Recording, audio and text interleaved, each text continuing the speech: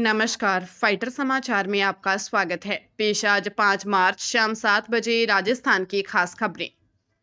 जयपुर की सीबीआई मामलों की विशेष अदालत ने फर्जी फर्में बनाकर विजया बैंक से करोड़ों का लोन लेने के 25 साल पुराने मामले में आलोक कुमार अग्रवाल को 7 साल की सजा सुनाई है। साथ ही 50,000 रुपए का जुर्माना भी लगाया है। मामले में आलोक के भाई अरुण अग्रवाल को दोष मुक्त कर दिया गया, जबकि उनके पिता सांवरमल की सुनवाई के दौरान मृत्यु हो चुकी है। अदालत ने सख्त रुख अपनाते हुए सीबीआई निदेशक को मुख्य जांच अधिकारी के खिलाफ कार्रवाई के निर्देश दिए हैं। पीठासीन अधिकारी जया अग्रवाल ने कहा कि जांच अधिकारी ने महत्वपूर्ण साक्ष्य जैसे बैंक खाता खोलने के आवेदन और केवाईसी दस्तावेज एकत्र नहीं किए, जिससे बैंक कर्मियों की मिली भगत छिपी रही। अभियोजन पक्ष के अनुसार जयपुर में 10 फर्जी फर्में बनाकर करीब 5 करोड़ रुपए की धोखाधड़ी की गई थी। राजस्थान माध्यमिक शिक्षा बोर्ड इस साल 10वीं की परीक्षा परिणाम जारी करने की प्रक्रिया में ऐतिहासिक बदलाव करने जा रहा है।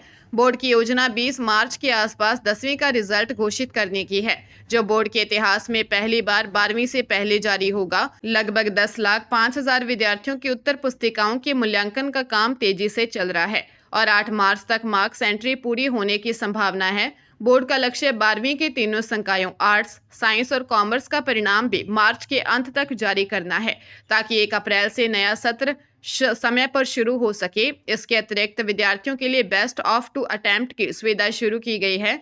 इसके तहत छात्र मई जून में आयोजित होने वाले दूसरे सत्र की परीक्षा में अधिकतम 3 विषयों में अंक सुधार सकेंगे। दोनों प्रयासों में से जिनमें अधिक अंक होंगे उन्हें ही अंतिम मार्कशीट में शामिल किया जाएगा।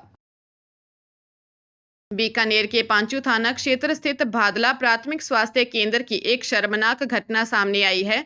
प्रसव पीड़ा से तड़पती एक गर्भवती महिला को परिजन अस्पताल लेकर पहुंचे, लेकिन वहां गेट बंद था और डॉक्टर सहित पूरा स्टाफ नदारद था। महिला लगभग 30 मिनट तक दर्द से तड़पती रही, जिसके बाद साथ आई महिलाओं ने कपड़े की ओट कर गेट पर ही उसकी डिलीवरी करवाई। इस लापरवाही से नाराज ग्रामीणों ने अस्पताल के बाहर धरना शुरू कर दिया। मामले की गंभीरता को देखते हुए बीकानेर सीएमएचओ पुखराज साध ने प्रथम दृष्टया दोषी मानते हुए डॉक्टर सहित 4 कर्मचारियों को तत्काल प्रभाव से एपीओ कर दिया है और विभागीय जांच के आदेश दिए हैं। हालांकि अस्पताल प्रभारी ने दावों को नकारा है, लेकिन ग्रामीणों का आरोप है कि यहाँ स्टाफ अक्सर गायब रहता है। फिलहाल जच्चा और बच्चा दोनों सुरक्षित हैं।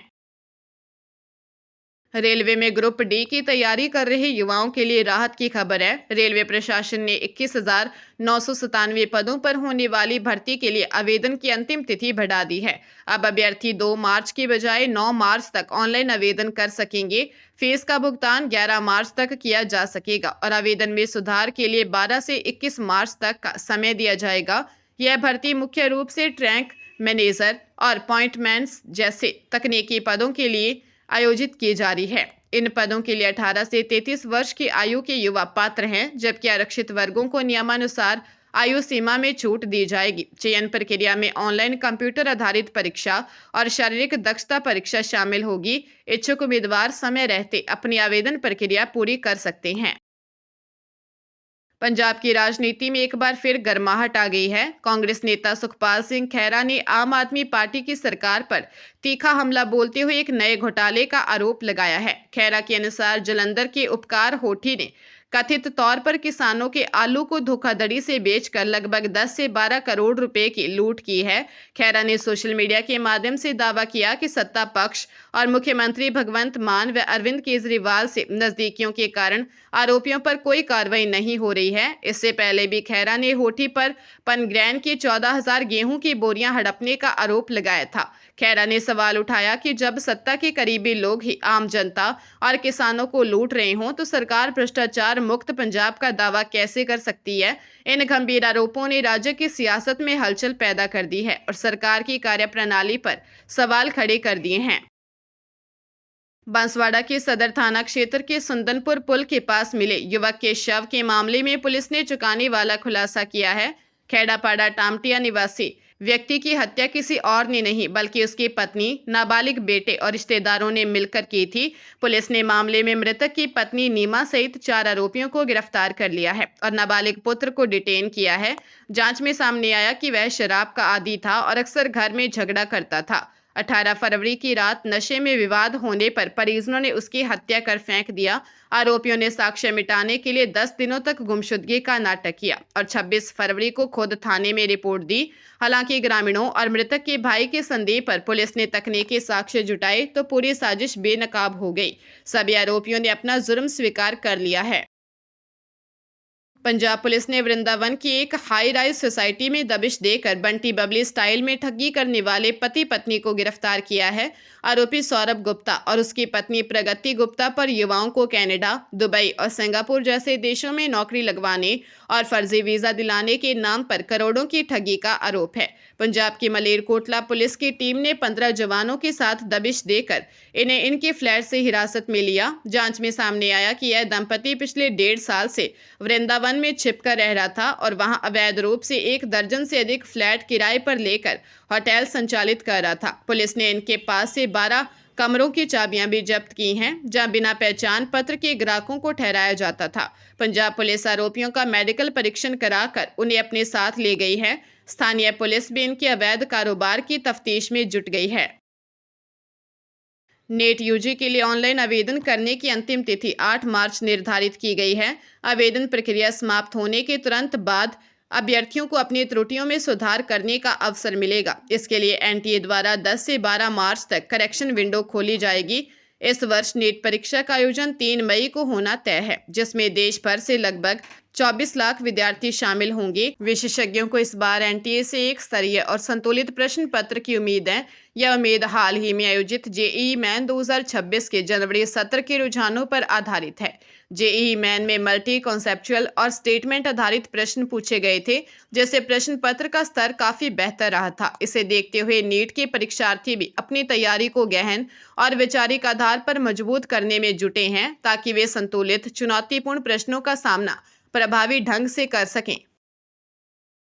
नागौर जिले के नामा उपखंड के जब्दी नगर के पास एक सड़क हादसे में 2 दोस्तों की मौत हो गई। नमक से भरी एक ट्रैक्टर ट्रॉली और बाइक के बीच हुई इस भीषण भिड़ंत में बाइक सवार 45 वर्षीय राधेश्याम और 43 वर्षीय शंकरलाल ने मौके पर ही दम तोड़ दिया। राधेश्याम पंचायत सहायक के पद पर कार्यरत थे, जबकि शंकरलाल नामक झील में मजदूरी कर अपने परिवार का भरण पोषण करते थे। हादसा उस समय हुआ जब दोनों मित्र होली के त्योहार के उपलक्ष्य में अपने किसी परिचित से मिलने राजास गांव जा रहे थे। टक्कर के बाद चालक वाहन छोड़कर मौके से फरार हो गया। पुलिस ने ट्रैक्टर को जब्त कर मामले की जांच और चालक की तलाश शुरू कर दी है। इस घटना से पूरे क्षेत्र में शोक की लहर है और दोनों परिवारों के सामने रोजी रोटी का संकट खड़ा हो गया है। राजस्थान स्टेट ओपन स्कूल ने कक्षा 10वीं और 12वीं की मार्च मई 2026 की परीक्षाओं के लिए आवेदन प्रक्रिया शुरू कर दी है। यह अवसर विशेष रूप से उन विद्यार्थियों के लिए है जो वर्ष 2021 या उसके बाद की परीक्षाओं में अनुत्तीर्ण रहे हैं। बोर्ड के अनुसार बिना विलंब शुल्क की आवेदन करने की अंतिम तिथि 27 फरवरी निर्धारित की गई थी। अब जो अभ्यर्थी आवेदन करना चाहते हैं उन्हें नियमानुसार विलंब शुल्क का भुगतान करना होगा। आवेदन प्रक्रिया ऑनलाइन माध्यम से पूरी की जा रही है, जिसके लिए विद्यार्थी SSO ID या अपने नजदीकी संदर्भ केंद्र की सहायता ले सकते हैं। परीक्षाओं का विस्तृत टाइम टेबल भी जल्द ही आधिकारिक वेबसाइट पर उपलब्ध कराया जाएगा। बोर्ड का लक्ष्य उन छात्रों को मुख्य धारा की शिक्षा से जोड़ना है जो किसी कारणवश अपनी पढ़ाई पूरी नहीं कर पाए थे। हरियाणा के कुरुक्षेत्र में एक डेयरी संचालक से 3,63,000 रुपए की साइबर ठगी का सनसनीखेज मामला सामने आया है। बहादुरपुरा निवासी गुरनाम दास को एक ठग ने व्हाट्सएप कॉल कर खुद को NIT का सैनिक बताया और NCC कैडेट्स के लिए रोजाना 60 लीटर दूध की सप्लाई का झांसा दिया। सौदा तय होने के बाद ठग ने एडवांस पेमेंट करने के बहाने गुरनाम को फोन पे ऐप के जरिए अपनी बातों में उलझा लिया। आरोपी के निर्देशानुसार ऐप में पेमेंट ऐड करने के चक्कर में जैसे ही पीड़ित ने अपना पिन दर्ज किया, उसके खाते से कई किश्तों में कुल 3,63,000 रुपए कट गए। ठगी का एहसास होते ही पीड़ित ने तुरंत साइबर हेल्पलाइन पर शिकायत दर्ज कराई। पुलिस ने अज्ञात आरोपी के खिलाफ मामला दर्ज कर जांच शुरू कर दी है। पुलिस आरोपी की तलाश कर रही है।